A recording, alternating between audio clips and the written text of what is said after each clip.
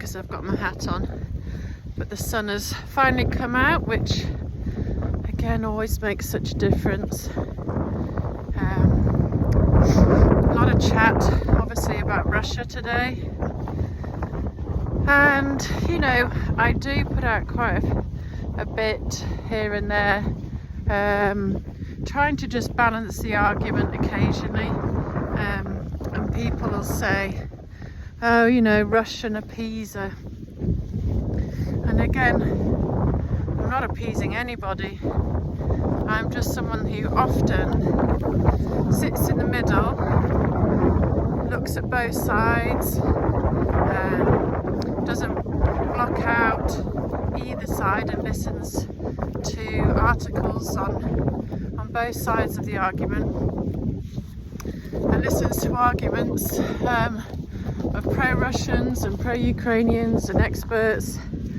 And like I've said before, I do feel like this whole Russian-Ukraine is another COVID where, you know, the UK banned is it RT, the Russian kind of news station, and we're not allowed to hear anything from the other side. It's all completely one-sided. The American politicians seem to be doing better at this, where you'll have experts like Jeffrey Sachs speaking out, and he knows his subject. He's been party to all of what he talks about in meetings with the very people who've made decisions that have brought us to where we are. And I find it very telling when the UK media never have people like him on or discuss the things he says. And whether, you know, like I've said, Ukraine has been voted one of the most corrupt nations going for many years, as reported by the Telegraph, and things about organ harvesting and horrors about orphanages or fraudulent behaviour with the elite over there. You look to how Ukrainian officials are buying extortionate real estate in Switzerland with cash. You know, we have to ask these questions, but again, it's very COVID-like, and it's like a religious thing where you must believe everything and only look at the one side, right? I don't think there's any innocent parties here. Russia's obviously not completely innocent, obviously, but Ukrainian, you know, the people that are leading Ukraine, which in my opinion is America, are far from innocent. And it takes two to tango. And I, as ever, am a child of the planet. Like, I look to what is best for humanity.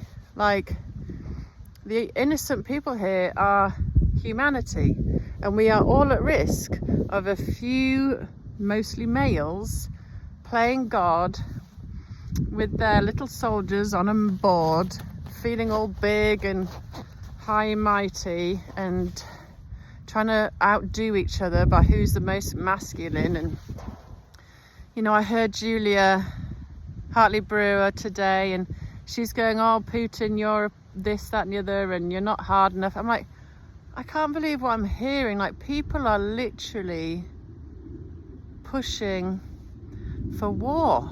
Like, what world do we live in? And Russia have asked for peace talks multiple times. And you have to think about that. The West have not asked for peace talks once.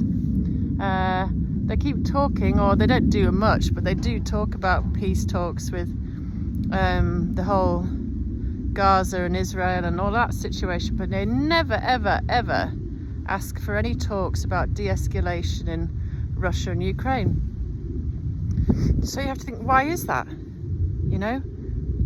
And we're talking about potentially, and I know people are like, oh, you know, would you like to give away land in the UK? But we're talking about a strip of the eastern part of Ukraine that has been part of Russia before, and they're all pretty much Russian, ethnic Russians who are pro-Russia, who voted 100% for Russian party like 10 years ago, before the Russian parties were banned and Russian language was banned and discrimination against ethnic Russians was legalized. You know, we don't hear this side.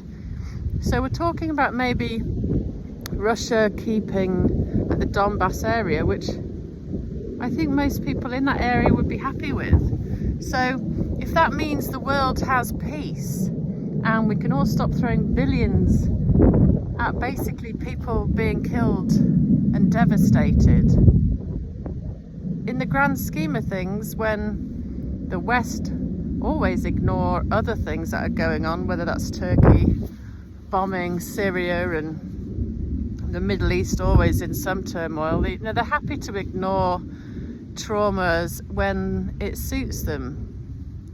For me, the priority is peace for this planet. And I don't understand why more are not fighting for that and seemingly are happy to poke the bear.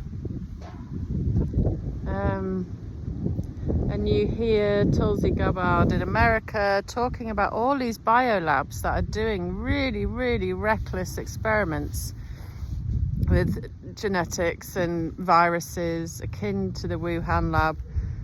And most of them are near the Russian border. Like, who would be happy with that? Like, again, we're not talking logically, calmly, rationally and fairly with balance. There are many things that is happening in Ukraine that is fair for Russia to not be happy about. And the world should not be happy about all these biolabs. They need to be shut down like yesterday. I cannot believe any of these are allowed to continue after Wuhan and COVID. I mean, the devastation from that virus was historic. And yet there are all these biolabs still continuing, messing about with nature. So it's not about being pro-Russian or pro-Ukrainian. It's about being pro-human, pro-this planet. And for the mass majority of Ukrainians, the sooner this war ends, the better. And all these people playing the big I am and trying to showboat who's got the biggest rockets and this, that, and the other,